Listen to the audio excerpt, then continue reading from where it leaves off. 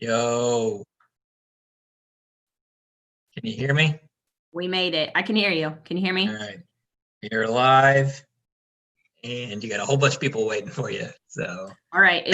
And then I just have to let Stacy share. yeah, I'm gonna go ahead and do that. Okay, it's still showing you as host. And let me. Okay, so first I'm gonna make you the host.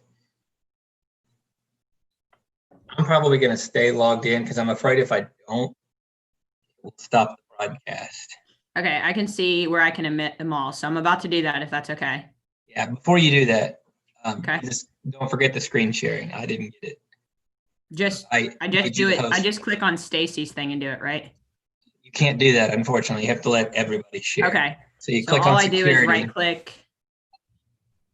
I click screen share and I say all participants. I think so. Did you Yeah, click on security? I'm just clicking screen share at the bottom, but yeah, I guess security. There's Allow Mary. participants to screen share. That's fine. Yeah, I'll just Cool. do it through that. All right. All right. You good if I let everybody in? Yeah, go ahead, Devs. All right.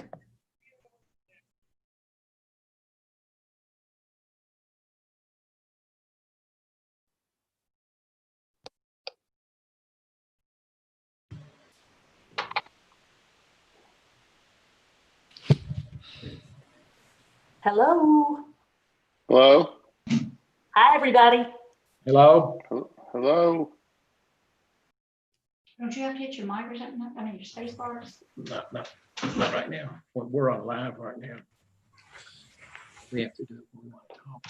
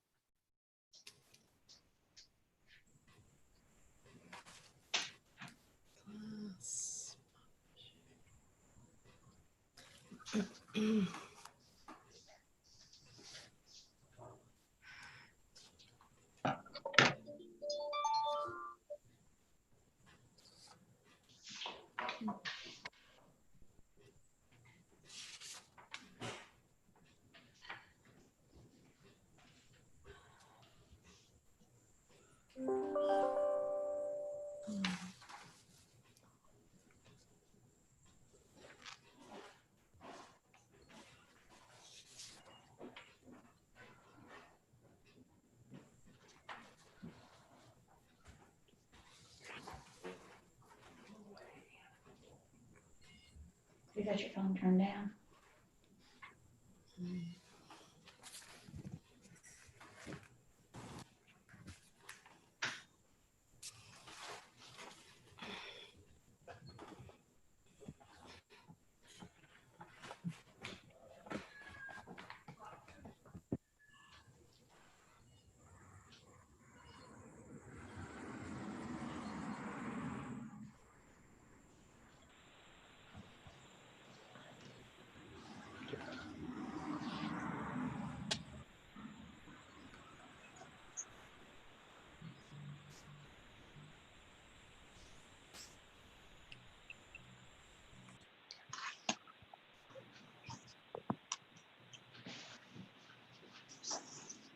Andrew Hunter Dempsey.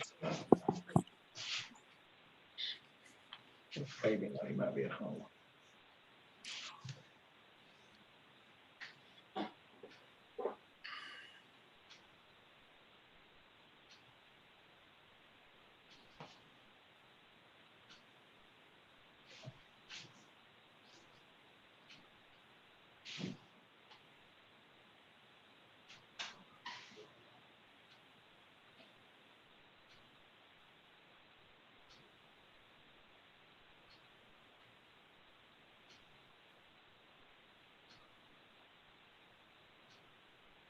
These are the kind of flowers that Ron gave me.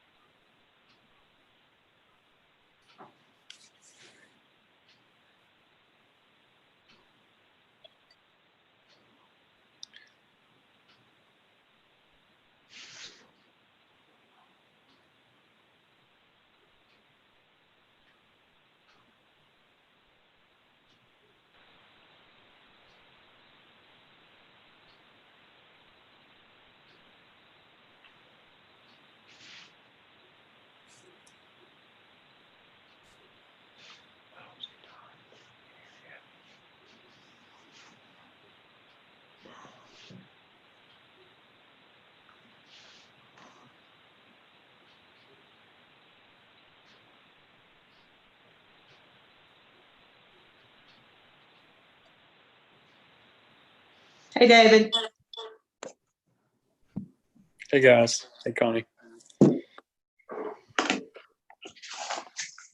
Hey, David, Yes, sir. you're double screen. Got two pictures of you. He's special. You must be.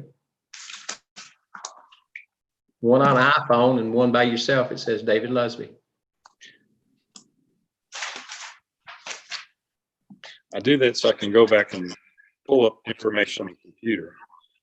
I got two computers in front of me. Come on.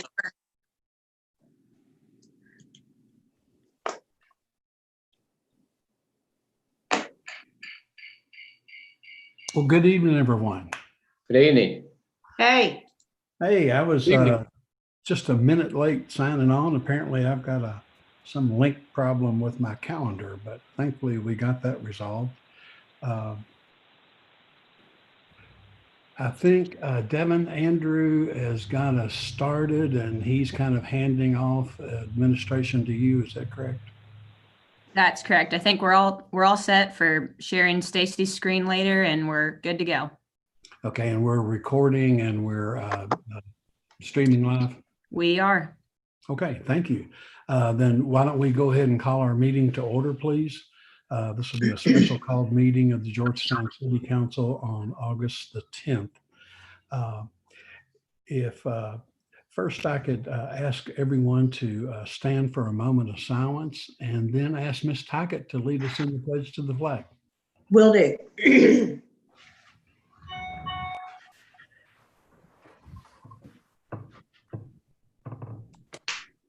I pledge allegiance to the flag of the United States of America and to the republic for which it stands, one nation, under God, indivisible, with liberty, justice for all.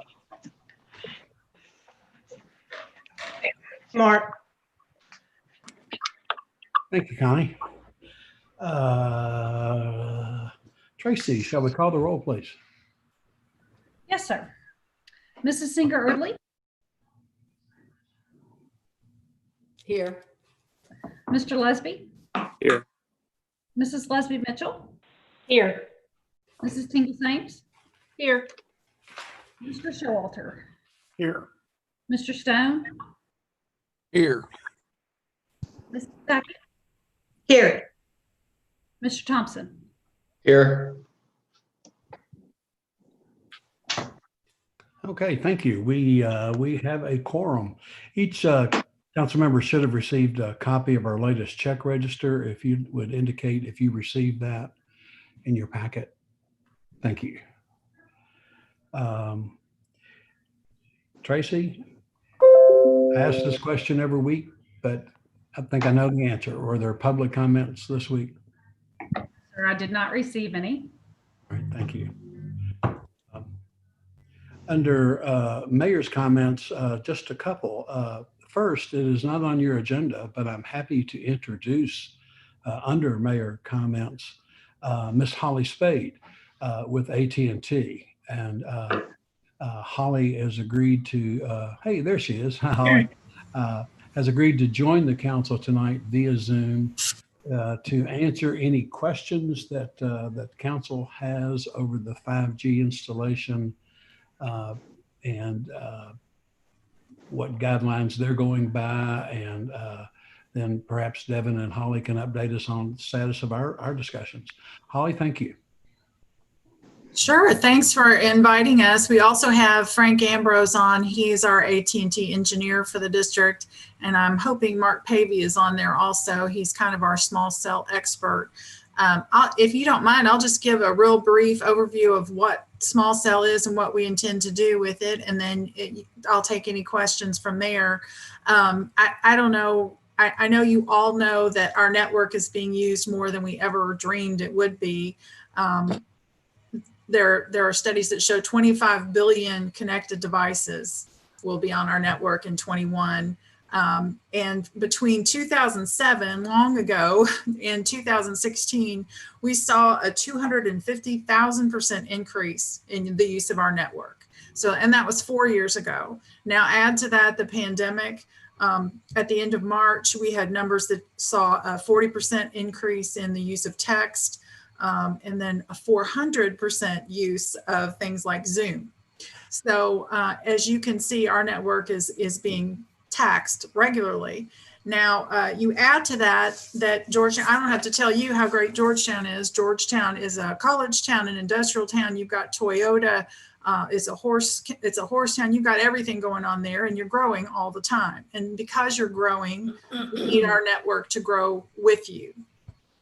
So for AT&T, one of the ways that we can improve the quality of your wireless experience and give you a faster, cleaner experience is to use small cell towers. And what that is, it's kind of what it sounds like. It's like one of the towers that you've seen historically along the highways, but on a much smaller scale. They're usually 30 to 35 feet. They're usually, if we can attach them to a wood pole, we will do that. But they have to be located where they will do the most good for the network. Those are going to include on the tower, there's an antenna and a radio and a power source. So we are using the bigger tower, but we need a way to use it in a location where we can't put another bigger tower. So what we do, these small cells will ping off that tower. Our towers have a fiber connection that goes to the tower to take back, to connect you to the network. From that, there's an antenna.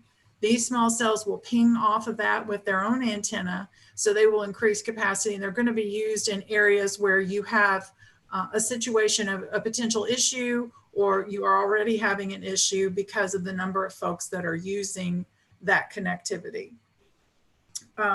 Usually there's going to be some kind of performance issue, and our engineers have done a study to find out the best location to improve that performance. And those are the locations that we use in our permit applications that have been going through Mr. Hightower's office.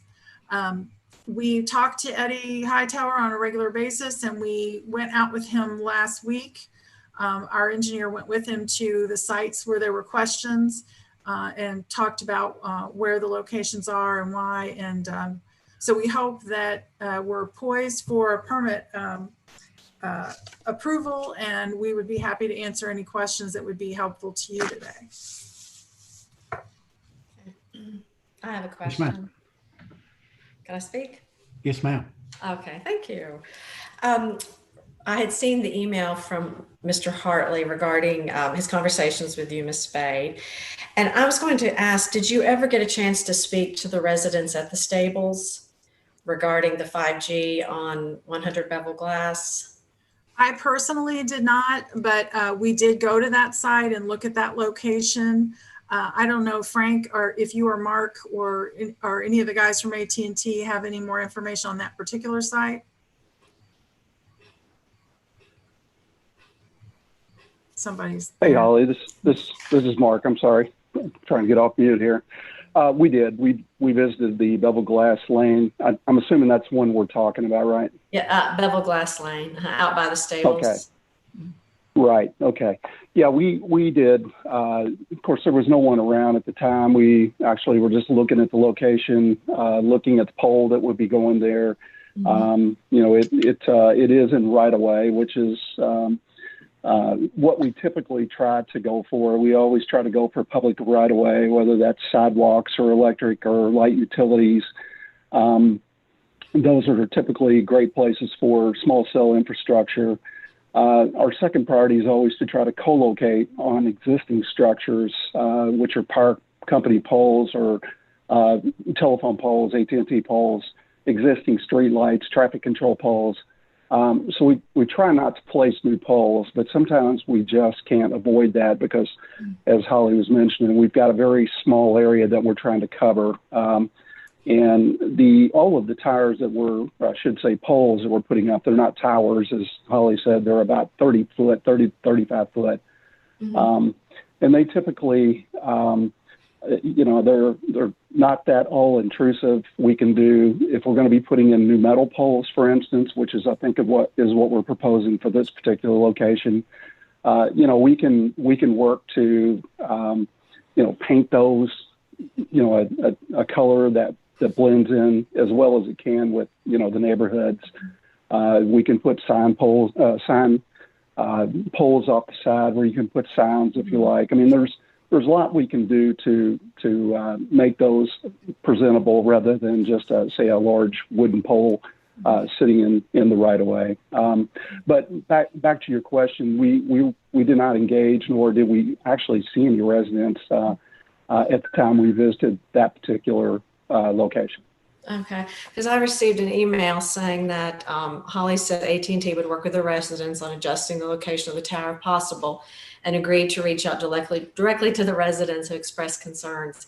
Because the reason why I bring this up is I forwarded this email from Mr. Hartley to the 6 people from the stables who wrote me that had concerns about this, and they understand about 5G technology, but they do have considerable questions about the health risk and also about having a tower, right in their neighborhood. And, I've been very, very upset about it. So I have been, fielding their questions and forwarding them on. So from as it stands now, just so I'm clear on this, are you all still planning to put the fixture at 100 bevel glass?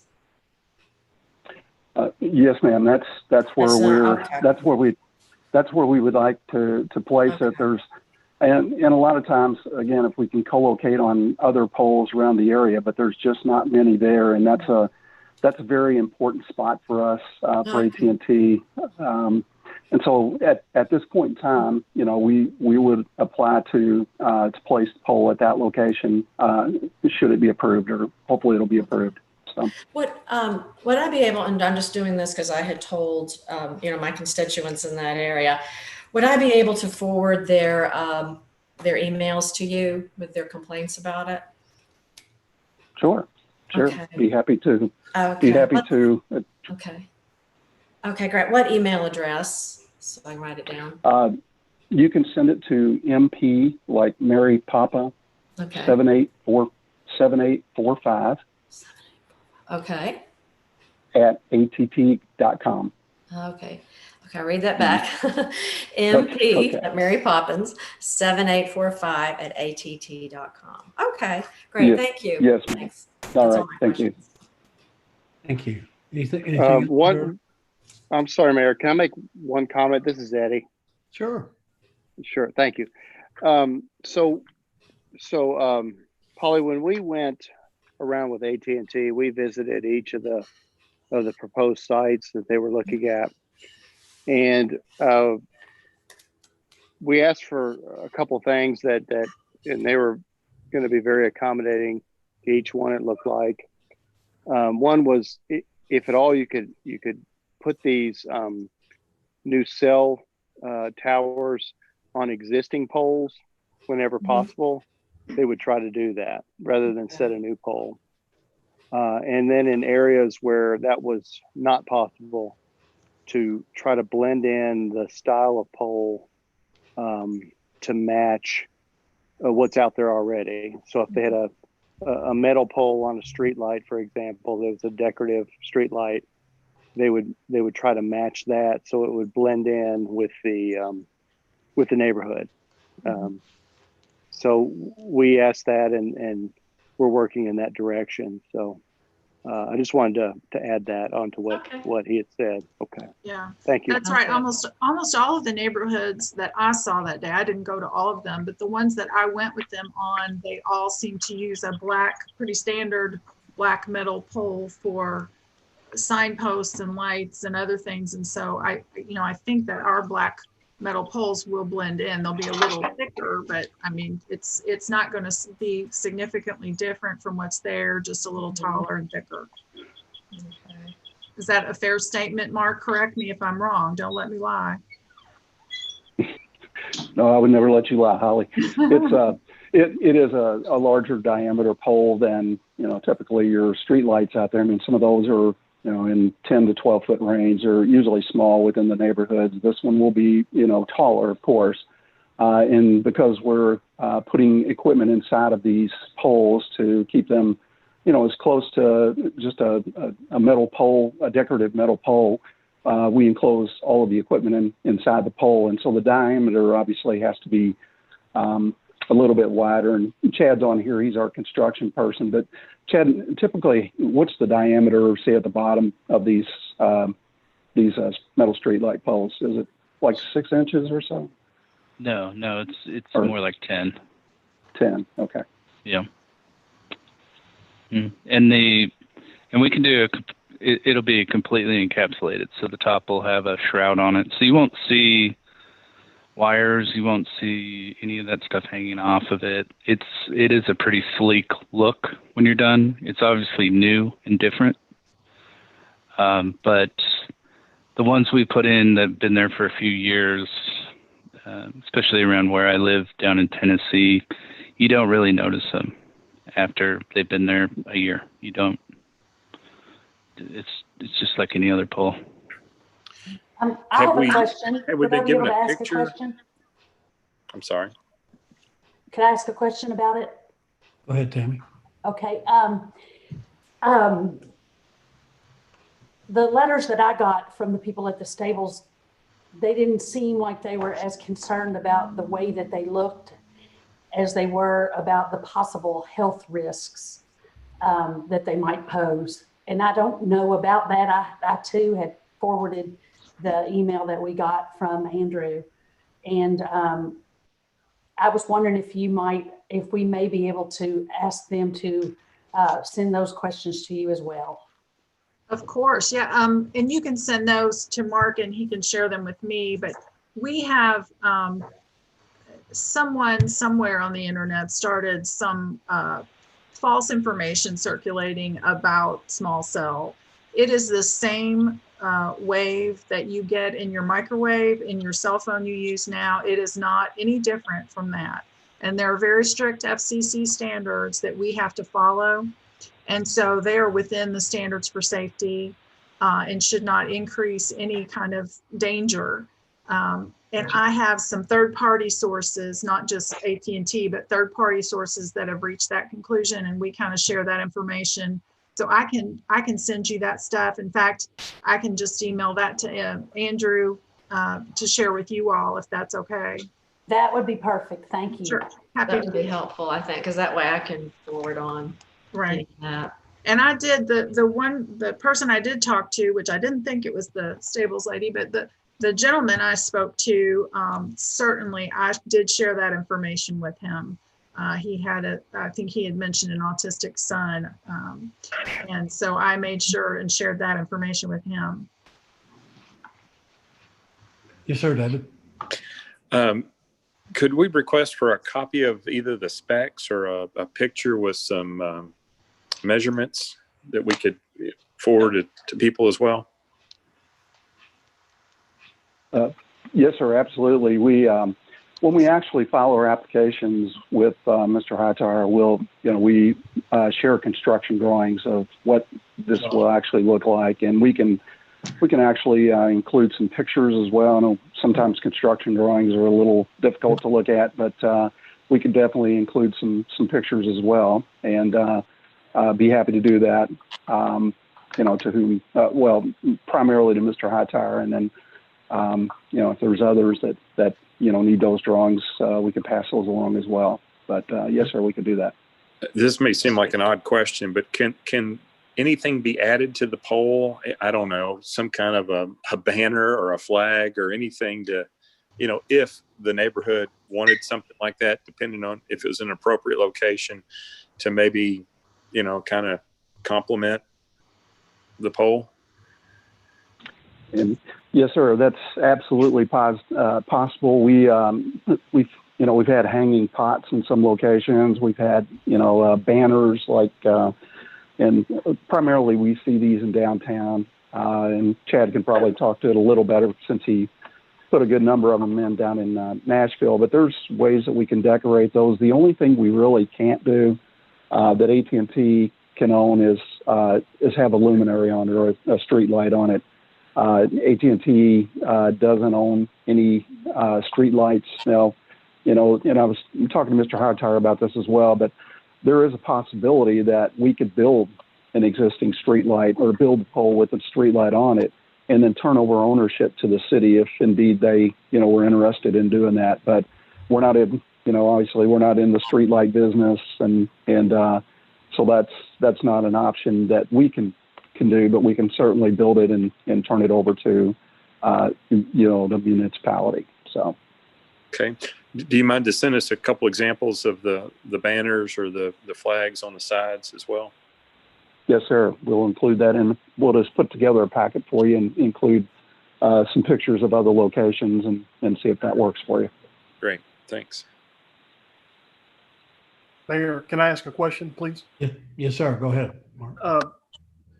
As a kind of a follow-up to David's question, going one step further, is it possible to get a map of where these towers are going, or where these poles or towers are going to be located throughout the city, so we can get an idea of exactly where these are going? And then also, once we know that question, how many new towers are going to have to be put up versus how many are going to be on existing poles throughout the community? Yes, sir. We can provide you that. It'll be sort of a top level down.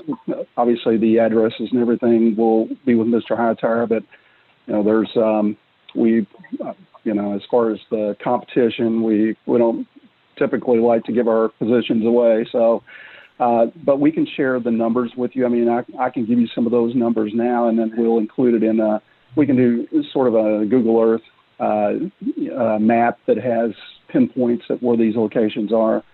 But currently the numbers that we have, and these could change a little bit depending on whether or not we move in and out of city right away, or, KYTC or something like that, they could shift over. But we currently have 29 nodes planned for Georgetown. And again, we can share an overview picture for you. 2 of those are in federal jurisdiction. I guess those will be the rest areas. We've got 3 that are in state of Kentucky, KYTC jurisdiction. We have 1 going on the Toyota plant location. And then I think we've got 24 that are currently in city boundaries. Of those 24, 9 of those will be going on existing wooden poles, either with the electric company or an AT&T jointly owned pole. So those won't be, they're just going to be going on poles that are already there. So those shouldn't cause too much concern. And then at this point in time, we've got, I believe, 14 locations that are in city right away. And I'm not in front of my computer, so I may be 1 or 2 off on these. I'm doing this from memory, but I think we have 14, and I think that's the number actually we walked with Mr. Hightower back on 7/31. So again, be happy to put you together an overview map of where those are going to go, and I'm sure that would be helpful as you're beginning, to talk with your constituents. So, can I and ask, will you? Go ahead. Well, go ahead, Mark. You had it. Well, one additional question, if I could go back to the question that Polly and Tammy were talking about earlier, for the stables, is the pole that's going to go up in the stables, is that an existing pole or will that be a new pole? If we're talking about the beveled glass lane location, yes. That particular one will be a new pole. That'll be a new metal pole, decorative metal pole. Yes, sir. And if I understand this correctly, the reason that you're putting these new poles up is because you've had service complaints in the areas, that this is going to allow for speedier service for the citizens who live in this area. Is that correct?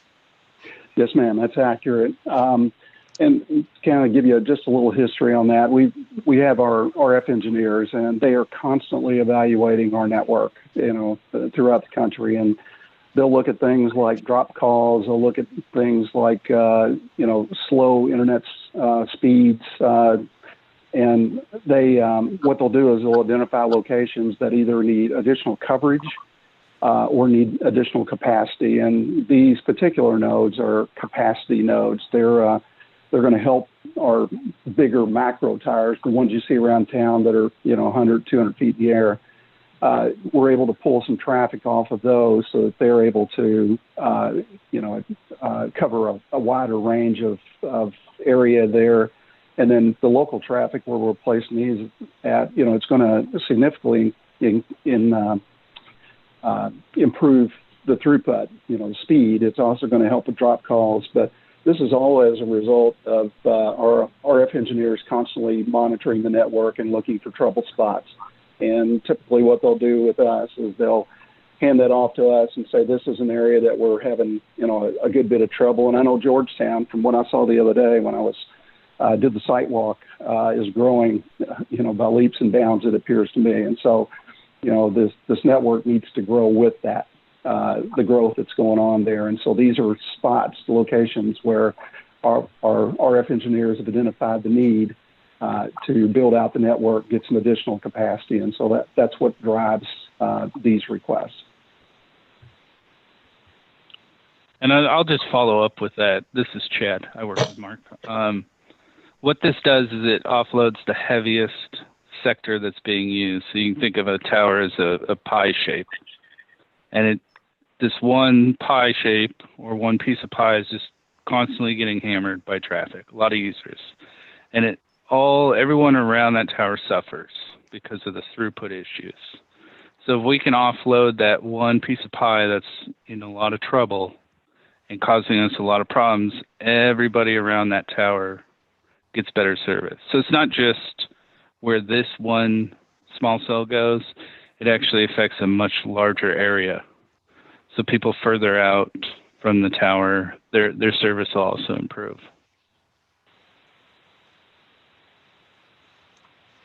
Thank you for all that information. I really appreciate it. It helps me to understand better. Sure. Are there other questions for Holly or her crew?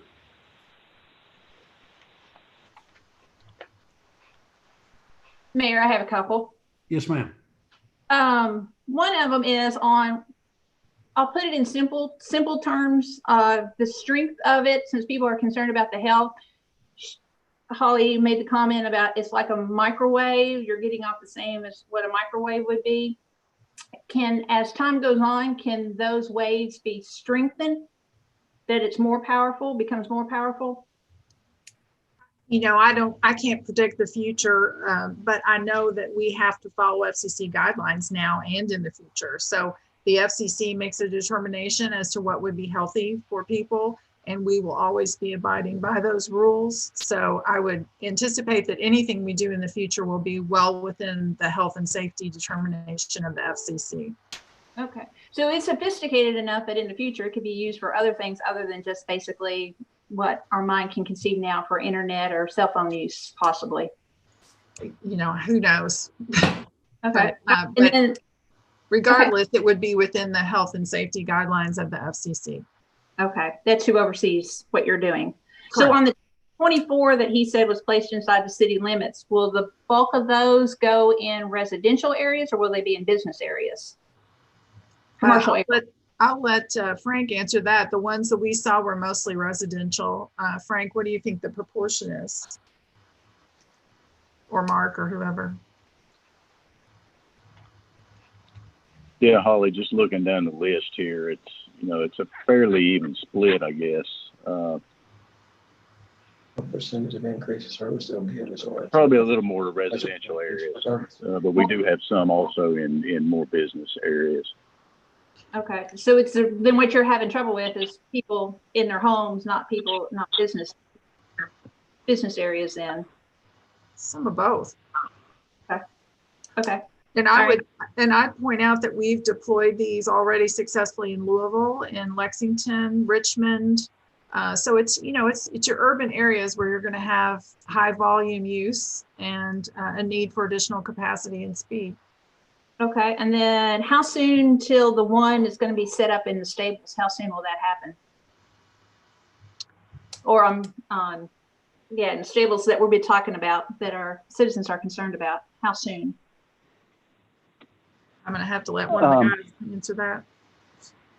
Yeah, I guess it all depends on how fast we can, get the permits processed and all. But Chad, would you say mid next year would be safe to say for construction? Excuse me, construction? That's Okay. pretty safe. And Georgetown is a really high priority for our RF engineers. So I would, I could see it going into construction sooner, first quarter. Okay. So we're not talking about this happening in the next 2 months. Oh no, we have a number of permits to get through. Okay. We have regulatory permits that we have to get. So I mean, it'll take a little while to get through the process, but as Chad said, these are high priority for AT&T, so it'll be sooner than later. Okay, so that gives our residents a chance to ask the questions, get answers back before the process starts, and for the council, because didn't realize that you were coming on tonight, but I appreciate you all talking to us. If we have more questions, to be able to get them to you. Well, I would point out that the granting of the permit is just the first step in a long process. So the more that is delayed, the longer it's going to take us, and the less we're going to be able to help with capacity anytime soon. So it is important to move the permits along. We can't improve our network without getting that done. Okay, thank you. Hey, Tom, Yes, sir. one question for them. What percentage of an increase of service, better increase of service, will they get out of this new pole? That's a great question. Not one that I could answer. It would be one that I have to take back to the RF engineers and ask. They're the experts. We pretty much work at their direction. But are you talking about just one tower or overall, or? Well, any of the towers that you're putting in, especially the one over in the neighborhood we're talking about, the services for that community in that neighborhood or throughout the city as a whole. The increase of services, how much improvement will it be for your phone service and your Wi-Fi and so forth? Okay, I'll get you that answer. It's a little bit out of my area of expertise, but I know who does that. So, thank you. Mayor, I do have a question as well. This is Todd. Go ahead. For any of the AT&T folks, will there be an actual community forum or in the application process where the residents of that area could come in and voice their concerns or actually ask questions of you all? I don't know that is part of the process. I'd let Mr. Hightower answer that, what their process is, but that's not generally part of the process, no. Okay. Eddie, would you know? We can accommodate that. If you all have a particular group that you can get together, we can talk to them. We've done that, and we can speak to the HOA. We're happy to accommodate that. I just don't know that that's part of the required process. Okay. Yeah. This is Eddie. We have not issued any of the permits yet. We've received a number of maps and data about the locations, and we know where they want to put them. But we have not issued any of them because there were so many questions out there. We wanted to have an opportunity for all the city council and everybody to ask all the questions that are they're being given to each and to all of you all. So that's why we're having this meeting. Okay. Well, thank you, sir. Yes, sir. Are there any other questions this evening? Obviously, you're going to have some information sent to you to review, and we can revisit this, but are there other questions now?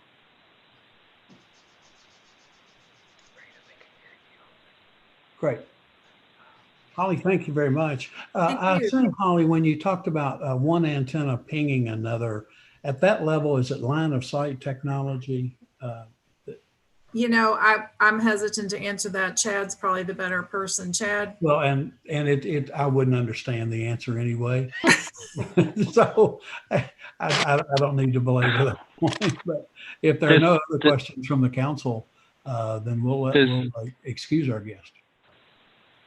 Chad, do you want to answer that? Can you? There, we actually go to ground at these small cell locations. We don't ping. That will be later.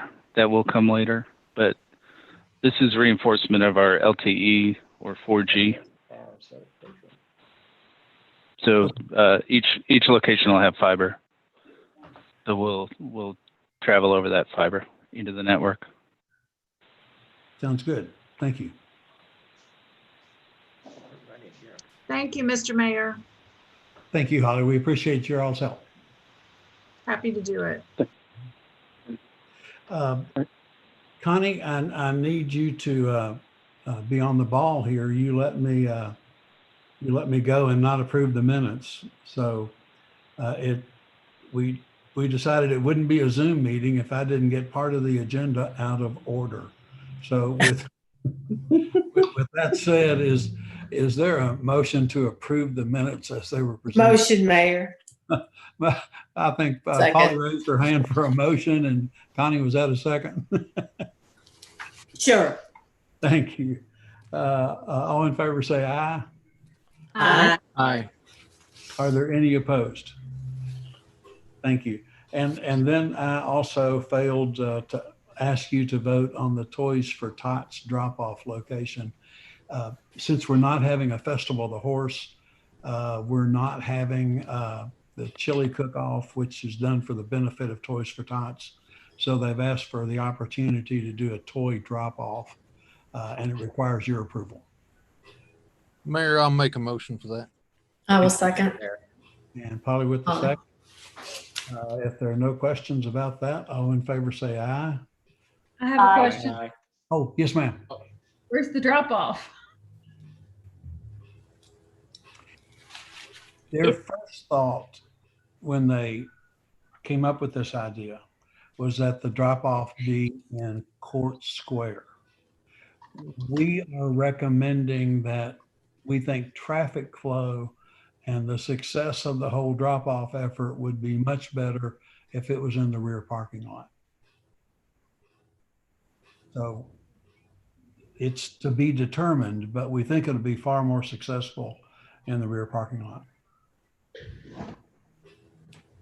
Okay, who was the second? Connie. Okay, all in favor say aye. Aye. Are there any opposed? Thank you. I'm going to try to get back on the agenda now. There was one mayor comments. We're it's a small thing, but it's something we're real happy with. We use Bluegrass Green Source as our partner on our environmental work that's required with our stormwater permits. And Bluegrass Green Source, working with Lowe's, got us a grant for $2,000 to clean up and beautify the entrance to the city out near Southern States. So we've already notified tourism, and they will work with Bluegrass Green Source to get that spent, and just a little dash of color perhaps at that entrance that was a result of a grant. Mayor? Yes, sir. I'm waiting to see David smile. He's talked about that for years. There you go, David. Somebody else saw the need as well, Marvin. Let's see. I'm going to have more comments later under the year-end report and our financial discussion. So I'll keep mayor's comments to a minimum right now. Under city attorney, we have second reading of the Georgetown Scott County Revenue Commission appeals process, sponsored by Mr. Lusby and Ms. Tackett. Tracy, would you like to read that? Yes. An article adding a section to Georgetown Code of Ordinances, Chapter 17, Article 2 regarding appeals to the Georgetown-Scott County Revenue Commission. Summary. 1. Provides the right to appeal and the process for appeal of decisions of the Georgetown-Scott County Revenue Commission. 2. Provides for repeal of inconsistent ordinances, severability of provisions, and an effective date upon passage and publication. The full text of this ordinance is available for examination in the City Clerk's Office, 100 North Court Street, or Georgetown, Kentucky 40324, or at www.georgetownky.gov. Introduced and publicly read for the first time July 27th, 2020. Publicly read the second time August 10th, 2020. Thank you. Motion, Mayor. Motion's been made, Ms. Tackett, Second, Mayor. and second, Mr. Thompson. Are there any questions? And this is the one that establishes due process for the Revenue Commission appeals activity. And if there are no questions, Tracy, shall we call the roll? Yes, sir. Mr. Showalter? Yes. Mr. Stone? Mr. Stone? Unmute. Yes. Thank you. Mrs. Tackett? Yes. Mr. Thompson? Yes. Mrs. Singer-Erdley? Yes. Mr. Lesby? Yes. Mrs. Lesby? Yes. Mrs. Tingle Sames? Yes. Thank you. That passes. Item 8 on your agenda is a municipal order for a street dedication, Amerson and Amerson North Development. Eddie, anything in particular you need to let council know on that?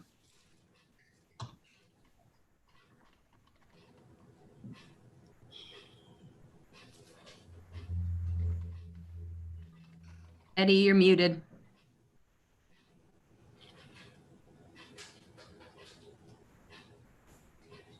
Eddie? Sorry, Mayor. That's a standard street dedication that's approved by planning and zoning. The development's done. They're ready for it to be incorporated into the city assets. Okay, thank you. Yeah, and yeah, go ahead. No, I was just going to call for a motion unless you have something to add. No, nothing else. Thank you. There a motion for approval of that street acceptance? Motion, Mayor. Thank you, Connie. Second. And second, Tammy, thank you. If there are no questions for Eddie, all in favor say aye.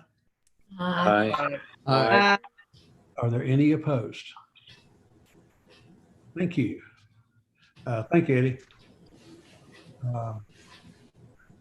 Item 9 on your agenda. You're welcome.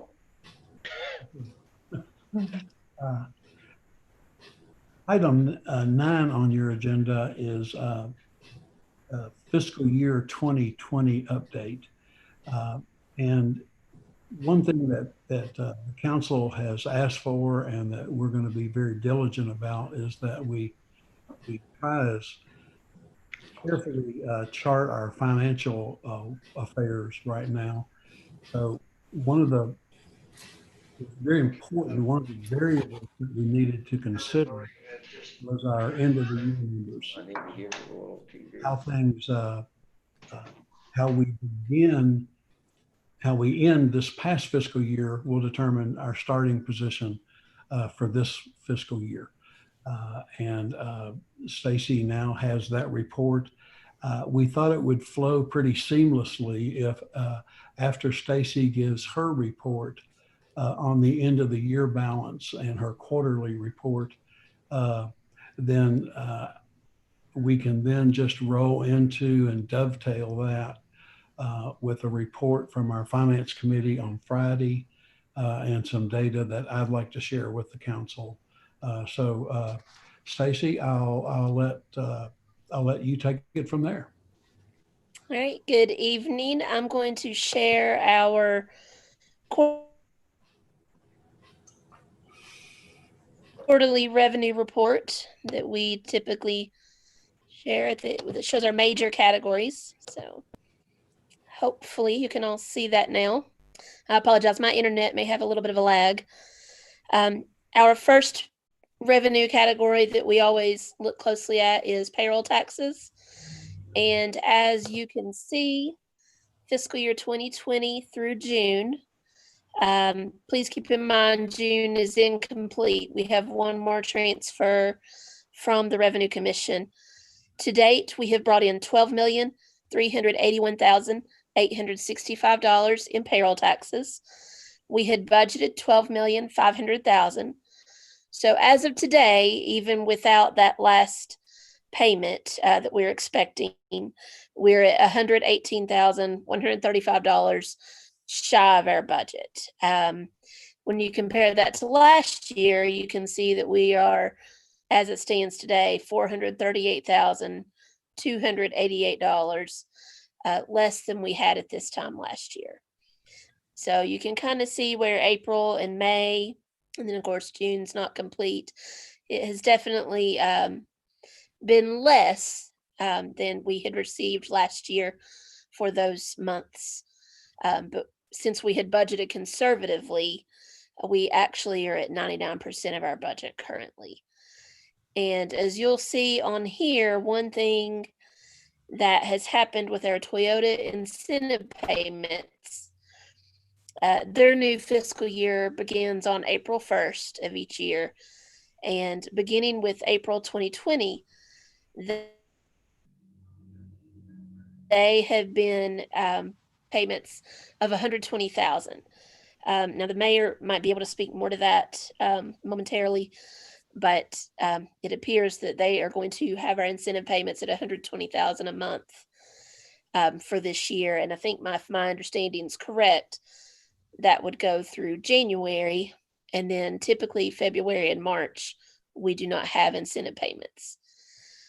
So that would end up totaling $1.2 million for this year.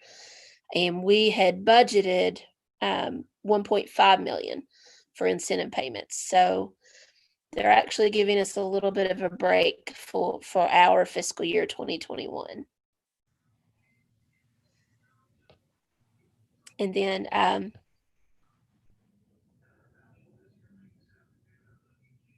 going to move on to net profits. You can see through June, again, incomplete. We're waiting on just one more payment. We have received $1,597,744.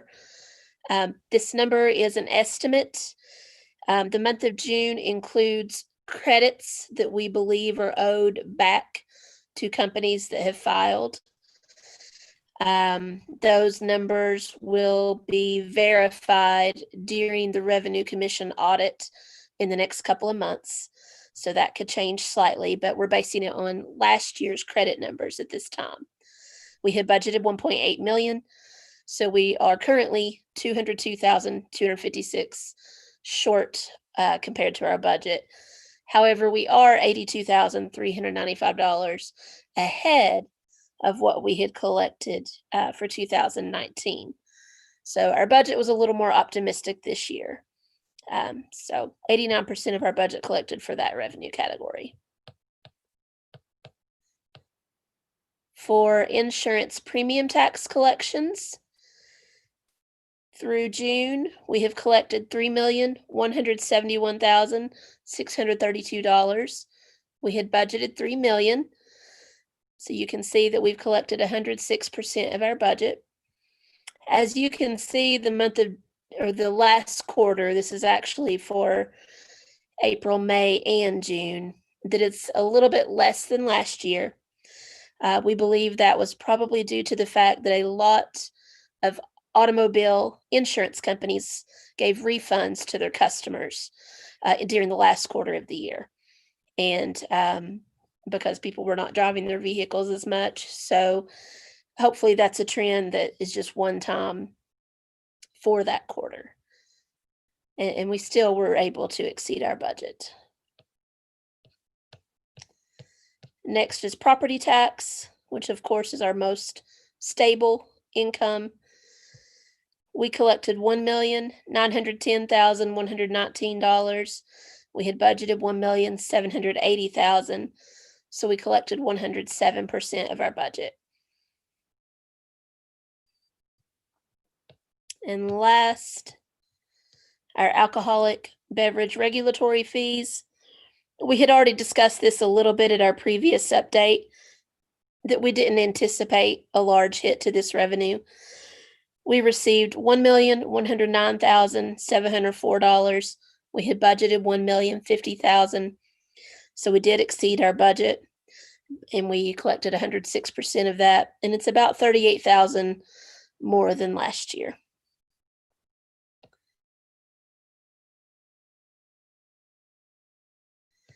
So I'm going to, for a moment, if anyone has any questions on those revenue categories, I'm happy to answer those. If not, I'm going to give you a brief update on the fund balance. Okay.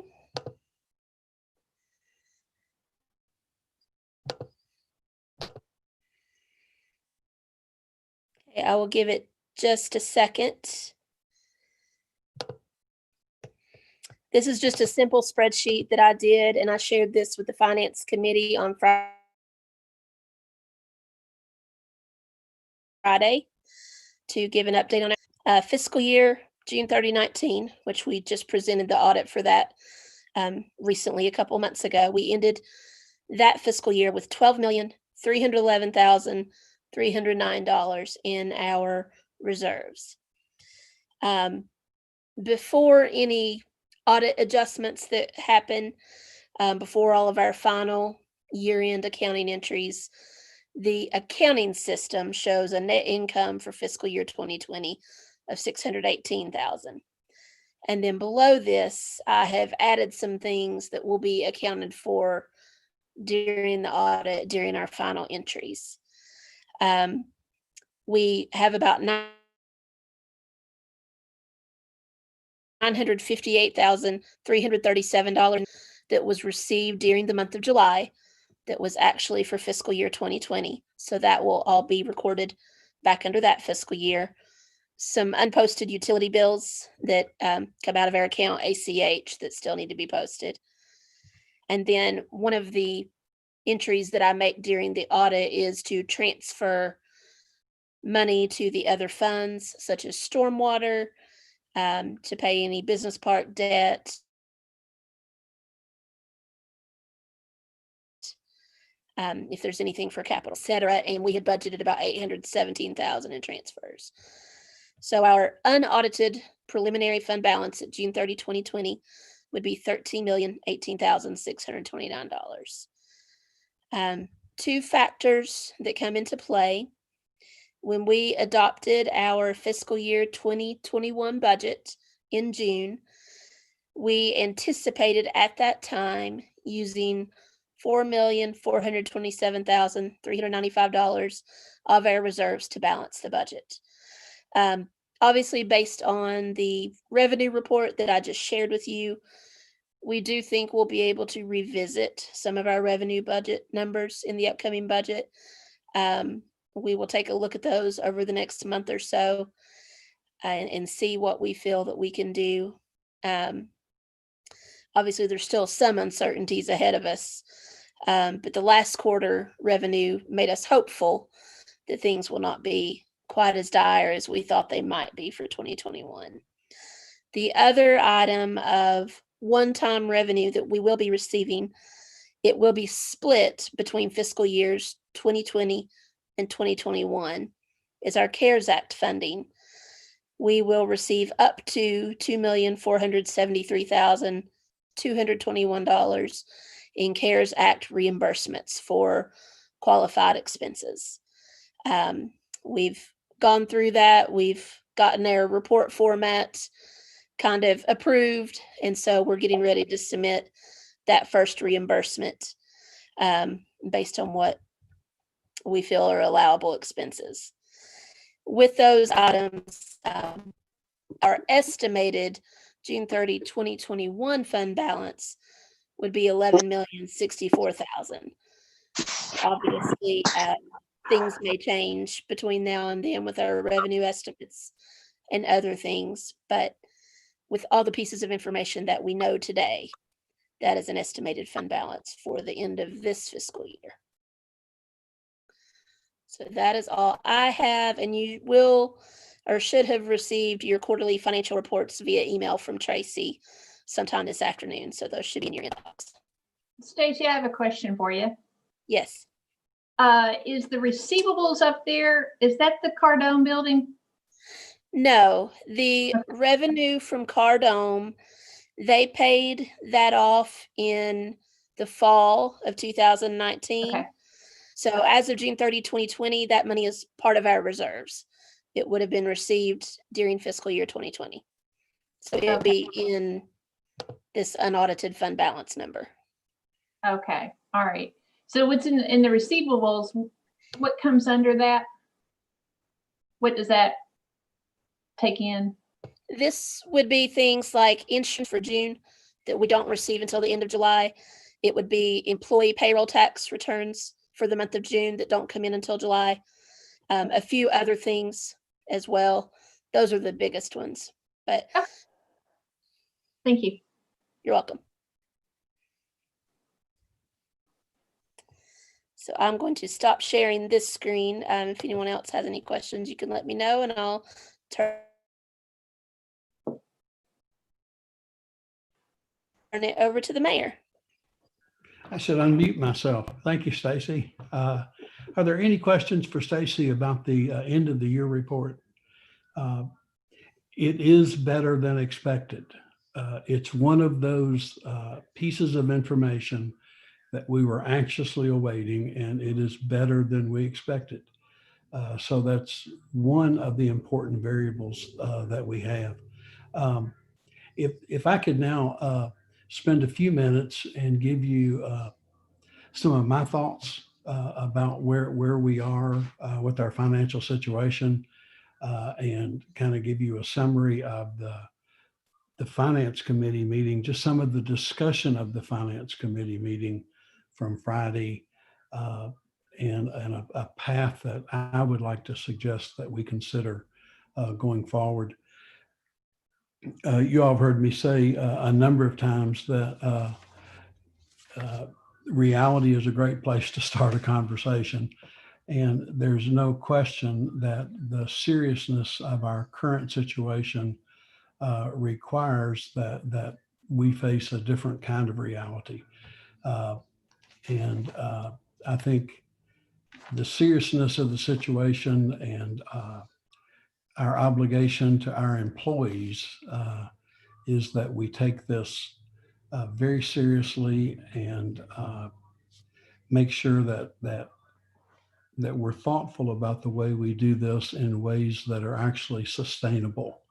But in regard to this, there's been so many comments or suggestions or information about the budget and the current concerns about salary and staffing that we have, that there's just so much buzz out there that I keep hearing a number of things that I thought would be helpful to also address what will not work in these situations. And I think we need to look at a sustainable path forward, but also address some of the misunderstandings that I hear out there. One thing's for sure, and I think the Finance Committee has said this, one-time money will not fix our current circumstances. Recurring expenses require recurring revenue if they're going to be sustainable. I was pleased that Stacy's end of the year report gave real clarity to the CARES Act reimbursement money. The fact that if we reach our full potential of reimbursement at $2.4 million, what that money does is it cuts the amount of the deficit we already have in our current budget year. Despite what I hear sometimes out on the street, there is no departmental competition for the CARES Act money. One department is not jockeying against another department for access to those funds. We're managing this together. The CARES money is very important to us because it makes our whole shallower. It makes it easier to dig out of the hole that we projected with this very conservative budget. And Stacy, thank you for pointing out that the Cardone money resides in our fund balance. It is there. I want to emphasize for the council that there is no quick or easy solution to what we face. The financial analysis that we did showed us that we're kind of fighting trends that have been in place for 3 decades. And I can assure you there are no quick or easy solutions. It is, for those who might suggest that we use the general fund to fund additional police or fire salaries, we'll look at part of our old financial analysis and indicate there's little room to do that. And to emphasize that there is no one step, there's no one thing that we can do to fix this budget problem and this revenue shortfall. I don't think there's any one thing that we can do, given that we'll still have a $2 million deficit to our current budget after the CARES money comes in. So we do have a couple of major advantages, though, as we look at where we are. The first is, I truly believe that we've got a council that's ready to work on our circumstances and an awareness on the council that we need to work on this, and we have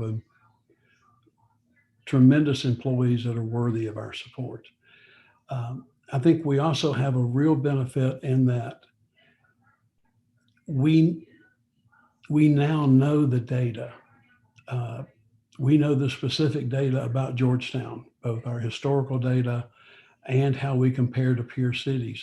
We don't have to guess where we are or wonder why we're in the circumstances we are. We have the data, and we can now finally understand the decades-long trends that have led us to where we are. I thought it would be helpful not to run through all the slides, but just to refresh our memory with a few of the slides from our financial analysis, just because those realities haven't changed. I ran across a headline from a February news graphic that indicated that I said the city was at a tipping point. I think that was true all the way back in February. And since then, we've endured this much of a pandemic, and that's further exacerbated our circumstances.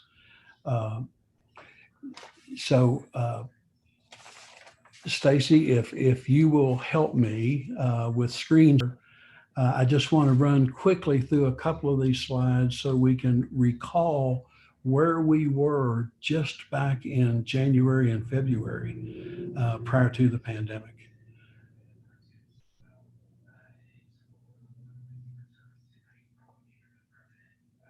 Thank you. And again, I just picked some out. Obviously, we remember that Georgetown's grown. In fact, over the last 20 years, we've more than doubled in population. And we know that a lot more folks in Scott County live in Georgetown now. Stacy?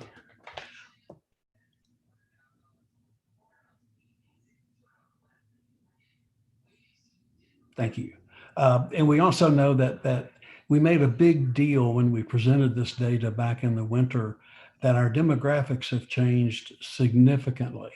And unfortunately, they've moved toward those of a bedroom community, where now 73% of our residents work outside of Georgetown, which is really a tough situation when you rely on payroll taxes. What that has led to is the next slide, which shows that when we adjust it for inflation, Georgetown has the same purchasing power today that it did 20 years ago. We have doubled in size. We have the same purchasing power that we did 20 years ago. What that results in is when we compare ourselves to our peer cities. And again, I've just cherry picked out of 70 something slides. These slides are still available to you. When we look at general fund revenues on a per capita basis, how do we fund our government? We rank 17th out of our 19 peer cities. That is because, just summarizing things, that of the three major taxes that cities are eligible to receive, Georgetown has the lowest payroll tax rate of our. We tie for two other cities with the lowest payroll tax rate of our peer group. The average is 1.7. We tie for the lowest insurance premium tax rate of all of our peer cities at 5, when the average is 8.19. And we are by far and away the lowest property tax rate of our 16 peer cities and statewide. Those are just fast facts that we need to revisit. The result of those finances and those tax rates mean over time, our number of police officers per $1,000 residents has dropped and dropped and dropped until today. You can see from this chart that if Georgetown simply had as many police officers as our peers average, we need to hire 17 officers. We have the same situation with the fire department on the next slide. And while it doesn't have the exact head count, it does show that Georgetown's firefighters per 1,000 residents has been declining, and it's significantly less than our peer average. Again, not to dwell on that, but we've also established that certified police officer salary in our community is significantly lower than its peers, and it's lower than those cities around us that are hiring right now. The next slide shows firefighter salary, where the gap is that great or larger. So we've established those facts as well. I also picked out the next slide. I thought it was very important to see that we put our money where our mouth is. 60% of the city's general fund and alcohol tax spending is over 60%. There is no other department or activity we have in the entire city that spends more than 8% of the budget. So any wishful thinking that we just don't have the budget configured right, I hope we'll look at this data as well. And then finally, something that most council members have asked me about, and that is the cost of employees and how our benefit costs have changed so substantially. For every dollar we pay in salary today, we're paying probably 75 cents in benefits. And just in a few short years, that's going to be $1 for dollar. And those are some of the realities that we face. Thank you, Stacy. That's all the screen sharing I had. I wanted to show us those realities so that we understand that we have to look at sustainable revenue. We can't look at one-time fixes, and we can't look at wishful thinking to solve these problems. But we have to look at a very specific set of actions. I'm going to report a little bit on behalf of the Finance Committee, and then I'll let them talk for themselves. And then I wanted to go through, in addition to that, my thoughts with some of the steps that are going to be necessary for us to really address this problem in a comprehensive, sustainable way. the first step that the Finance Committee has discussed for some time, and I believe is now ready to discuss with you all in a serious fashion, is the adoption of a 911 fee. It's just telephone bills and the advent of cell phones completely undermined the old method of funding 911. And it's left us in a situation where the receipts that we receive from 911 leave a substantial deficit that we're having to cover from the general fund. So Connie, David, is there anything that you all would like to add about 911 fees and what we might consider there?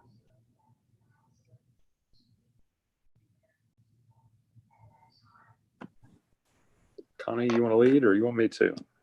I'll go ahead and just kind of say in general, we've asked Devin and Andrew on the 911 fee. When we first started this process, we were thinking that, $5, $6 a month, we would be able to bring in that much money, maybe $800,000 to $900,000 into the general fund. But we've been told that there's a real possibility that we may not be able to use that in the general fund because we only fund about $600,000 to 911. So Devin's been looking into that.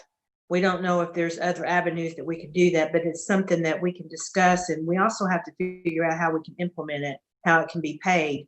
So those are things that we're going to need them to help us do. But we feel if we work on it toward it and come up with something and bring a recommendation and an ordinance probably at our next meeting. But there's some other things that we need to work on, but that is one of the pieces of the pie.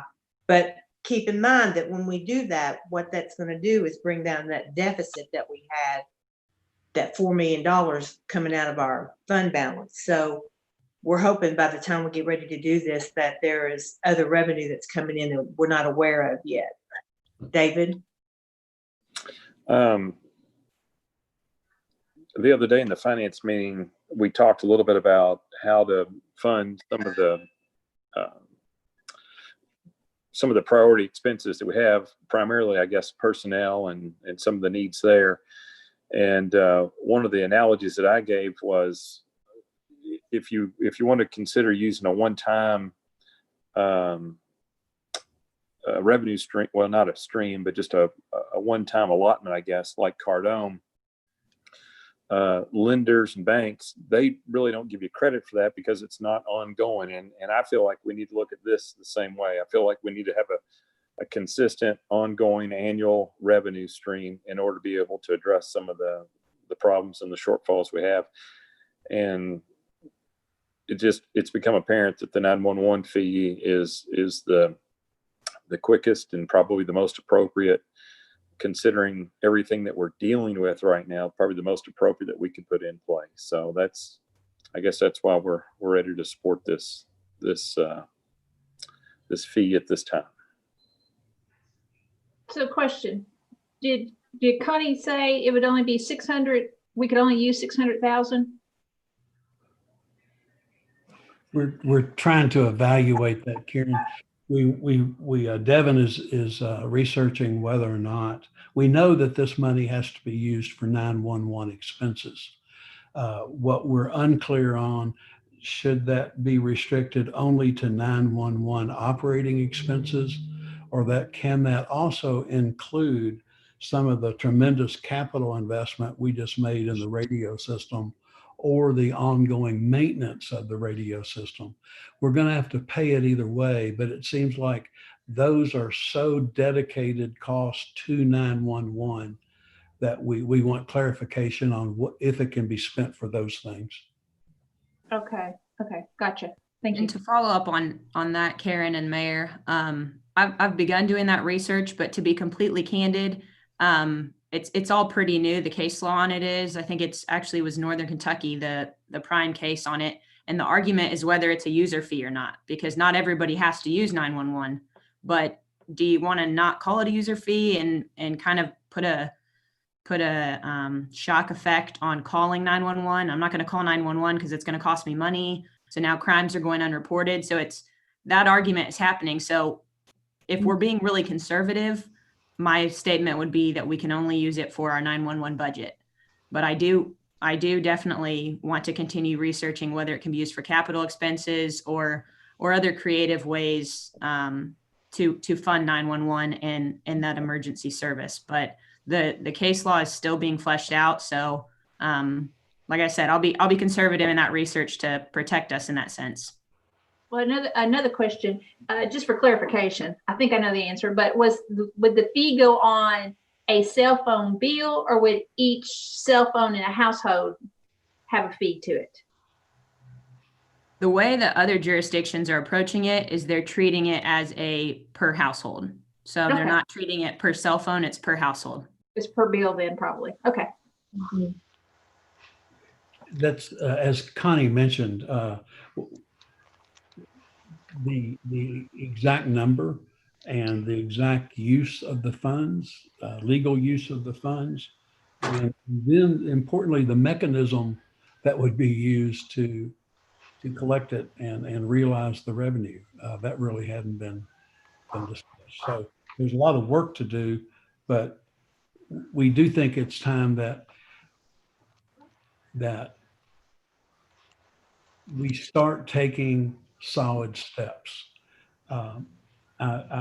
We'll bring you more numbers, but I think that in our effort to give raises to our employees and our effort to do this the way that we've discussed it, and that is, I don't think there's much interest among the council of taking one department and singling them out. It certainly hasn't been our intention as an administration that we'll get to these raises as quickly as our finances and timeline will allow us. But we're going to get there is the approach that we're taking right now. And the Finance Committee will do more homework with Devin and can bring you back a solid proposal concerning a 911 fee at the next meeting. And that will be one first step in getting ourselves closer to being able to remedy our deficit and therefore being closer to awarding raises. We know that it's going to be dependent on both how our economy improves or our economy stays strong.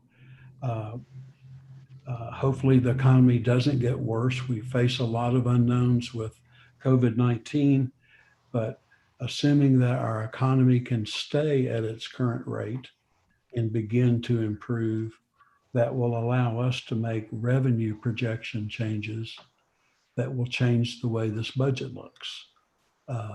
It's a part of that process.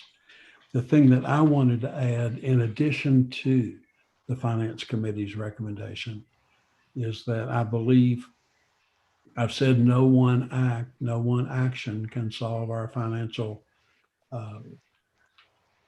the way we're structured financially, and can change the decades-long trends. I would like to outline for the council the laundry list of items that I think we need to begin discussing, learning about, and in some cases considering to truly solve our financial difficulties. We've mentioned a 911 fee, and you'll learn more about that very quickly. Secondly, something we've talked about for some time, I would like for the council to begin educating themselves about a stormwater utility, potentially creating a stormwater utility. That's a very technical exercise that has a couple of different methodologies in the way the council can approach structuring a stormwater utility. A lot of technical information for you to make those decisions before an ordinance could even be crafted to come back to you. But I think there's two things to do with the stormwater utility. Number one, we've got a long-standing obligation to take care of flooding in a couple of parts of Georgetown. We just haven't had the revenue to do it. It's time that we addressed it. And secondly, if we establish a stormwater utility, we will relieve around $800,000 a year, $800,000 per year pressure on the general fund. So eventually those funds could be used for salaries and things that would be very beneficial for us. So I want us to start learning about forming a stormwater utility and what's involved. I want the council to consider, it may be, I don't have a timeline on this. This may be even the next council. We need to consider an increase to the insurance premium tax. Our insurance premium tax currently is at 5%. That's tied for the lowest of all of our peer cities. Some of the newer council members may not be aware that there was a time when the city's insurance premium rate was 7%, and it was lowered to 5%. That we need to look at what our average of our peer cities is. Number 4, I think we need to consider an increase to the payroll tax rate. Back before the virus, before the pandemic hit, we had established what it took to increase funding to our first responders. Wide discussion between council members about increasing an increase to the payroll tax. We had there was not consensus on what that amount should be. I'm not so bold as to suggest that, but I think there was an emerging awareness that some increase was necessary. And I think that as the economy improves, that has to be back on our plate. Number 5, while it may be a longer term effort, I think the council needs to begin to educate themselves and evaluate a gross receipts tax in place of a net profits tax. It doesn't have to mean more money for anybody. It just means that every year, everybody pays something. It's just a different methodology. And a number of cities are started evaluating gross receipts tax to make the tax burden more fair for small and local business. And finally, number 6, we need to begin to consider impact fees and developer fees, especially for the impact of off-site cost. If we had had impact fees maybe 20 years ago, we could have funded some of the infrastructure needs that we have now. That is a whole load of things for a council to consider. But I thought the most transparent way to approach the council and the public and our employees that are watching us do our business and how we respond to our circumstances, that these discussions are a path forward.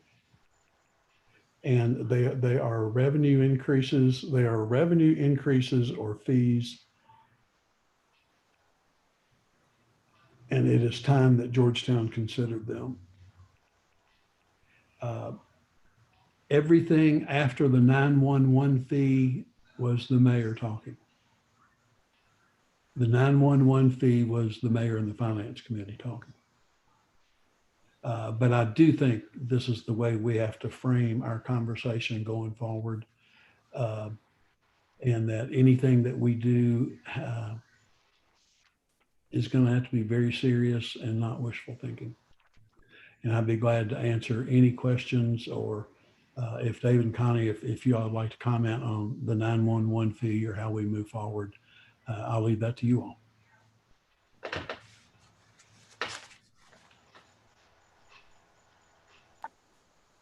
I pretty much had brought it up in the beginning, is that for Devin to do that research and Stacy, and for us to be able to bring something pretty straightforward to you guys, a recommendation the next time we meet. And hopefully by that time too, we'll be able to figure out how it can be implemented and paid. That's pretty much what my thoughts are. What about you, David? No, I agree as well, Connie, and I apologize. Somebody in the house decided to vacuum while I was on this Zoom, but I totally agree. We think now is the time to move forward, and we want to address payroll as soon as we can. So I'll leave it at that. Thank you. Any other questions for Stacy or the I have- finance? Yes, ma'am. Questions. It's really for you instead of Stacy, but one of them actually is Stacy. On your list of different things, the impact fee you kind of put at the bottom of the list. I think that's one I would like to see because we talked about it many years ago, and at that time we were told we couldn't do it. In Kentucky, couldn't do it. So I would love for you to pull some of that information up before we even look at the increase in a payroll tax. But the other thing, the gross profit receipts on that, have you talked to Toyota about that? I mean, have you had any of this conversation with them? Management at Toyota knows that a gross receipts tax is on our list to evaluate. Okay. So that's as far as the conversation with them has gone at this point in time then. I won't say that's something they're really looking forward to, but they don't really understand the benefits at this point, Karen. What they haven't completely considered, I think, is there was a year when their profits spiked and they paid a $6 million net profits fee. If we do a gross receipts tax correctly, even for taxpayers like Toyota, we can put a cap on it and let them plan better and avoid spike events like that. It's not all negative for Toyota. There are some real benefits for their ability to do financial planning. It was only being flip about they didn't know all the benefits yet. Okay. All right. And then the last thing, if you could get me, you were talking about the payroll tax, the increase on the payroll tax of raising it. How many other counties, how many other cities share their payroll tax with the county in Kentucky, where we actually, for people that work inside the city, they actually pay a 2% because they pay 1% to the county, 1% to the city. And I know there's a lot of cities, but I don't know what the number is, that just receives these and the county doesn't receive that payroll tax. So could you get the numbers for that? Yeah, in fact, Karen, that was a part of the financial analysis we gave you in February, and we will pull out those pages. Okay. We identified exactly the cities that do that and where it stacks, and we've got it. Great. Thank you. I appreciate that. Yes, All ma'am. right. Any other questions? Thank you. Item 10 on your agenda is a resolution for the police department accepting new positions for PARI. And Chief Bossy's still on here. He's very proud of this, and deservedly so. The PARI is the Police Assisted Addiction Recovery Initiative. And we are a member of this group, and our Angel Network grew out of our affiliation with PARI. And PARI has helped us with expand our department. Chief Bossy in our department is going to be hosting a very significant PARI conference here in Georgetown, and to prepare for it requires these administrative positions that we get to hire, but PARI pays for. Chief, would you like to add to that? I would say only that we're very proud of our victims advocates that we use now, and Becky Rhodes was instrumental because of her engagement with the PARI Foundation in order to get be awarded this. I think we'll have the highest number per capita of victims advocates in the nation. You know, there's a lot of talk about social workers and law enforcement right now. We'll have the highest number of victims advocates per capita per officer based on our size in the nation, I believe, after this point. Good. Thanks, Chief. Any questions for the Chief on this resolution? Good. Motion for approval. So moved, Mayor. Thank you, Marvin. Second. And second, was Tammy. Thank you, Jamie. Hey, if there are no questions, all in favor say aye. Aye. Aye. Are there any opposed? Thank you, Chief. We're at the point of the meeting where we have council comment. I'm going to read right across my screen if I could. So Karen, you are top left. Oh, well, I think I'm okay for tonight. Thank you very much. You're welcome. Thank you. David? Mayor, I had the opportunity Saturday night to go out and visit Ward Hall. There's a small event, and it'd been a while since I had been out to Ward Hall. But I had the opportunity to speak with Connie Minch and several other folks that were there that evening. And I sent Devin and Andrew. I'm sorry for bothering them on the weekend, but I was excited and concerned kind of at the same time. And Mary, you probably know what I'm talking about. The facility is such an amazing place and amazing piece of property, amazing building, but unfortunately it's in need of a lot of repair. And to compound the situation, we're not in a position where we can help a whole lot, other than the fact maybe we can help them get some grants or whatever the case may be. But it kind of re-energized my thought process in thinking about what could happen out there. And I had the opportunity that night to talk to some other folks that kind of shared the same thing. They either they had never been out there, or it had been a while they'd been out there, and they were they shared the same sentiment. They realized the situation that we're in. One of those people was our county judge, Judge Covington, and he said the same thing. So when the time is right, and we have the resources, and we have the minds and the creativity to try to help, I sure hope we can. And that's the reason I sent Devin and Andrew that note. I wanted them to kind of think about it. And I guess I would ask all of you all to think about it.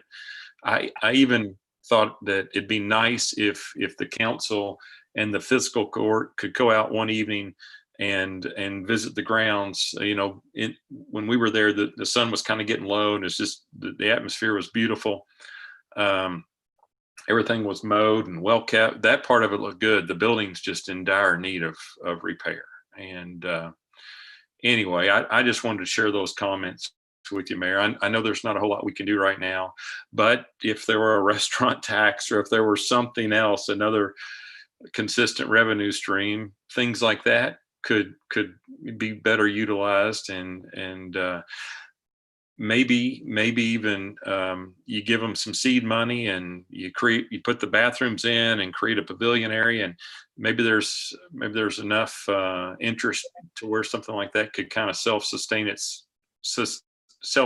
itself once it had some of the improvements that it needed.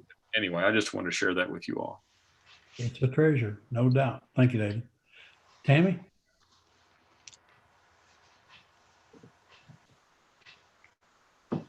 I just wanted to say thank you to the Finance Committee for the work that they've done. Polly and the mayor and I had a great meeting, a very open and honest meeting with the police chiefs this week to talk about the dire situation that they're in. I'm pleased to know that we're going to have something to look at next week, because I don't think that we can start soon enough to address the problem. And I, for one, am ready to take whatever steps we need to move forward to take care of some of the needs that we have in the personnel area. And that's all I'd like to say. Thank you. Todd? Well, I just want the employees, the police department, fire department, and everybody know that we are diligently doing what we promised we were going to do, was monitor our revenue stream coming in so that we can do what needs to be done and address it. I think we're on the right track. We have a lot of methodical thinking we need to do, and a lot of education that we all need to do, and we're willing to do that. And I think the 911 is just the first step. And I appreciate everybody's patience, and I appreciate all the council, knowing what needs to be done. And, we're going to try, we're going to act on it. We're not going to try, we're going to act on it as soon as we can bring it all together. So thank all of you. And I just want the employees to know that we do care about them. I'm very grateful for them. That's all, Mayor. Thanks, Johnny. Todd? Yes, sir. Thank you. one of the things that I want to bring out is, nobody on the sitting council knows better than I do about, working with the police department and being underfunded in critical times like we are right now. But you also have to look at the fire department and public works for the work that they do as well, because the fire department's there every day. Are they out and about as much as the police department?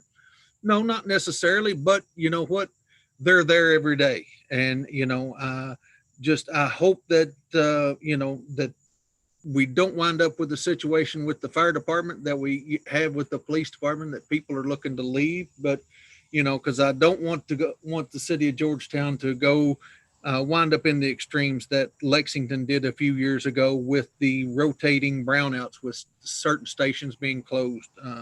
Because if manpower does get down, those are all real possibilities. But and if you look at it, the one department that touches every house in the city of Georgetown every week is Public Works. And they're out there.